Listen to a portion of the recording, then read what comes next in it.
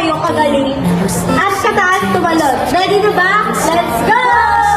Para malaro ito, kailangan natin ng tatlo o hindi pang players, isang magiging baka at ang iba ay tatalon. Gusto mo bang tumaga sa ating laro? Ito ang quick tips para sa iyo. Una, bawal matamaan o mahulog sa baka kapag sumabit ka, ikaw na ang magiging baka.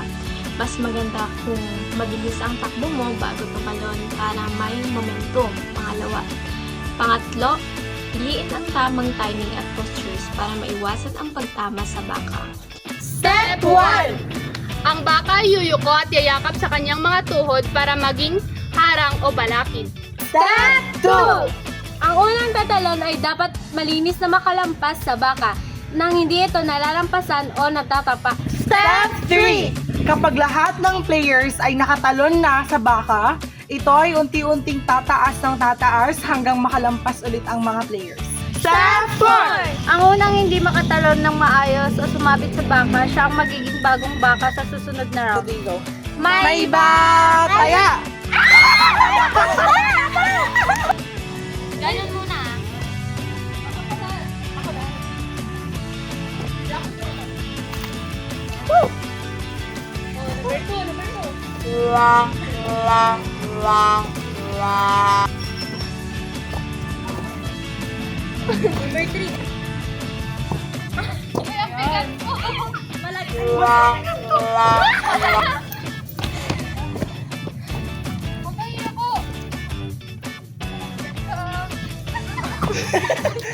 Taya!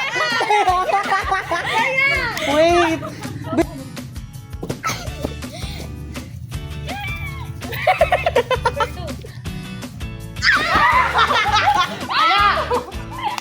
Balik! One.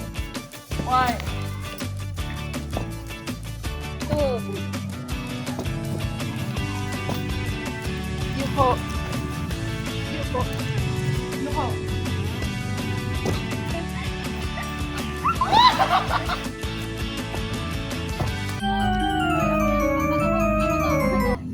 Diyan ka na taya kanina. Ayun. Number 4. Ang galing niya!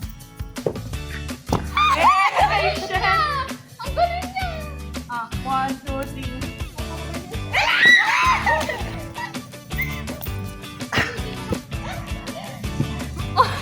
Hey, number 5. Good lang! Mukhang simple pero habang tumataas ang baka, Mas nagiging challenging ang laro. Subukan niyo to sa mga tropa niyo o mga kaibigan para makita kung sino ang pinakamataas na talon. Kung gusto niyo pa ng ibang larong Pinoy, don't forget to like, comment, share, and subscribe. Kita-kits sa next video! Bye!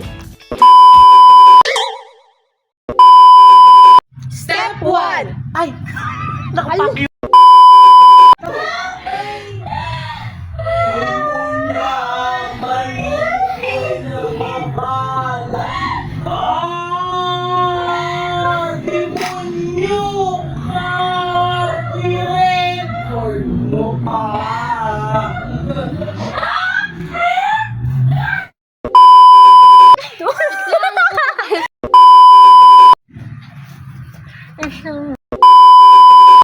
Uy, di pa kasi ready? nadadapa. 1, 2, 3, action! Step 3! Ano yung line ko? Step 3! Ulit! Sa susunod na round. Wow, robot!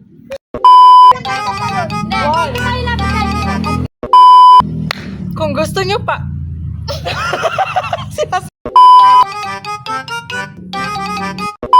I believe I can fly. I believe I can touch the sky. I think about it every night and day. Spread my wings and fly away. Tuloy-tuloy na, tuloy-tuloy na. Yeah, Dalagang Pilipino. Dalagang Pilipino, yeah. Nakakapagod na! Ayoko na!